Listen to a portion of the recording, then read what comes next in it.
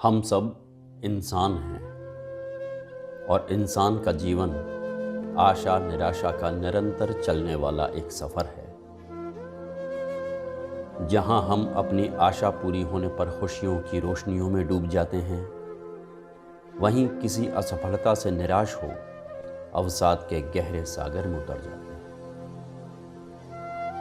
और लगता है कि इस जिंदगी के सफ़र में हम अकेले हैं।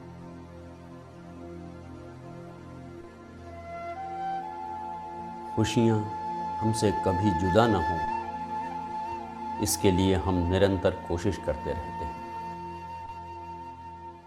ठीक इसके विपरीत तनाव, अवसाद से हमें कितनी जल्दी निजात मिल सके, हम इसकी कोशिश बहुत कम करते हैं। तनाव, अवसाद या डिप्रेशन कहें, उस वक्त हमको कुछ भी समझ में नहीं आता कि हम क्या करें, क्या ना करें। कुछ भी समझ में नहीं आता है। तनाव, अवसाद, डिप्रेशन किसी भी कारण से हो सकता है, लेकिन इन सब से उबरने का एक छोटा सा कारण हमारे आसपास भी मौजूद हो सकता है।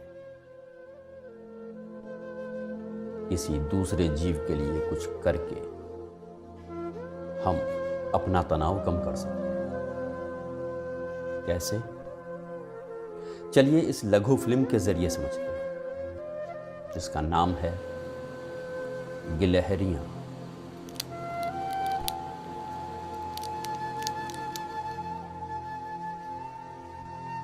आप लोगों की तरह मैं भी एक आम इंसान हूं।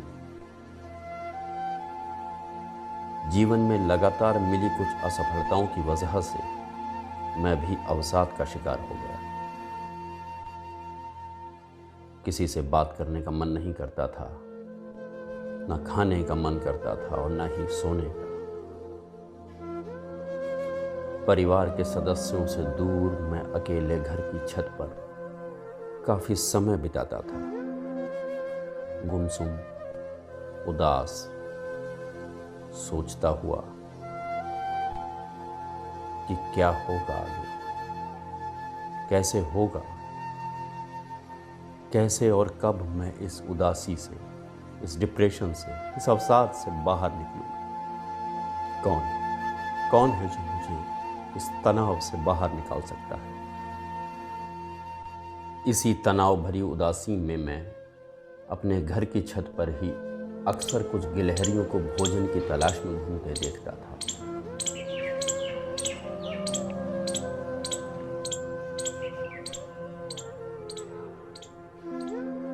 अमूमन भारतीय घरों में सुबह चाय के साथ टोस्ट, पापे या उनका एक और नाम भी है रस,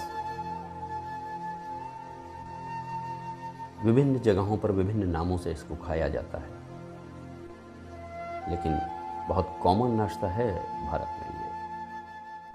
मैं भी सुबह सुबह चाय के साथ अक्सर इन्हीं रस्कों को खाया करता था। वैसे तो पैकेट खाली होने पर इसके तल में रखे इसके बुरादे को या चूरा कहें जो बच जाता है, उसे फेंक दिया जाता है। मेरे घर में भी यही होता था। हालांकि मैं अवसादग्रस्त था, लेकिन इसके बाद भी दिमाग ने सोचा कि क्यों ना इस चूरे को थोड़ा थोड़ा करके ही सही 3-4 दिन में छत पर खाने की तलाश में घूमती इन गिलहरियों को दे दिया जाए।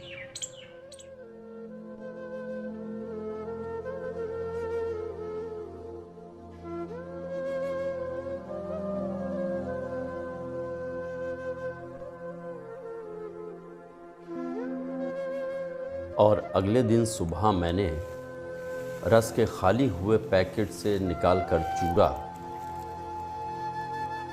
घर की छत की दीवार पर फैला दिया, क्योंकि गिलहरियां इसी रास्ते से पूरे दिन पूरी छत पर भोजन की तलाश में आती जाती थी।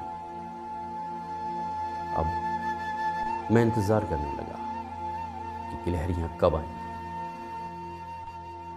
हाँ, इतने बीच में एक ख़ास बात हुई। गिलहरियाँ कब आएंगी, कैसे खाएंगी, कितना खाएंगी, इस उत्सुकता की वजह से मैं अपने तनाव को भूल गया था। इंतज़ार था तो बस इतना कि गिलहरियाँ कब आती हैं। कुछ देर बाद एक गिलहरी उस चूरे के पास आकर उसे खाने लगी। खाते खाते वो इधर उधर भी देखती जा रही थी। मेरे निराश चेहरे पर न जाने कब खुशी आ गई। मुझे पता ही नहीं चला।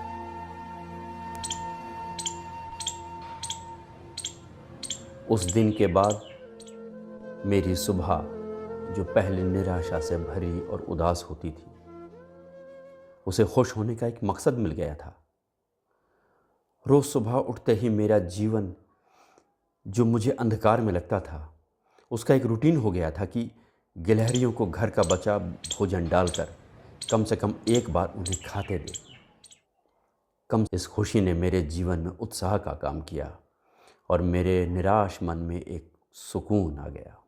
शायद वो गिलहरियाँ मेरी दोस्त हो गई थीं। जिस दिन मैं उनको खाना नहीं डालता था, उस दिन वो मेरी तरफ बड़ी आशा भरी नज़रों से देखती, मानो कह रही हूँ कि दोस्त, आज लेट कैसे? मेरे लिए वो गिलहरियाँ मेरे सोशल मीडिया के दोस्तों से कहीं ज़्यादा थीं।